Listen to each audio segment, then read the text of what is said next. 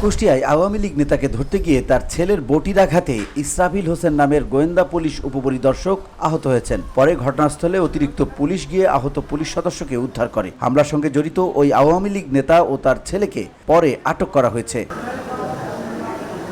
শনিবার দুপুর 12টার দিকে শহরের 6 রাস্তার মোড় এলাকায় এ ঘটনা ঘটে। কুষ্টিয়া গোয়েন্দা পুলিশের ওসি মুরাদ হোসেন এ তথ্য নিশ্চিত করেছেন।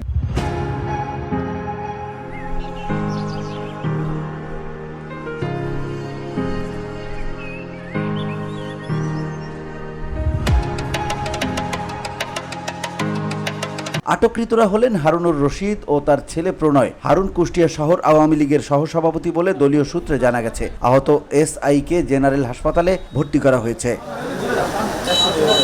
পুলিশ ও স্থানীয় সূত্রে জানা গেছে, আওয়ামী লীগ নেতা হারুনুর রশিদকে গ্রেপ্তারে শনিবার দুপুর 12টার দিকে ডিবি পুলিশ তার বাড়ি ঘেরাও করে। এরপর বাড়ির ভেতরে প্রবেশ করলে হারুনের ছেলে প্রণয় এসআই ইসরাফিলের পিঠে বটি দিয়ে আঘাত করেন। এ হামলায় তিনি আহত হলে তাকে উদ্ধার করে জেনারেল হাসপাতালে চিকিৎসা দেওয়া হয়েছে। ডিবি পুলিশ বাবা ও ছেলেকে আটক করে নিয়ে গেছে।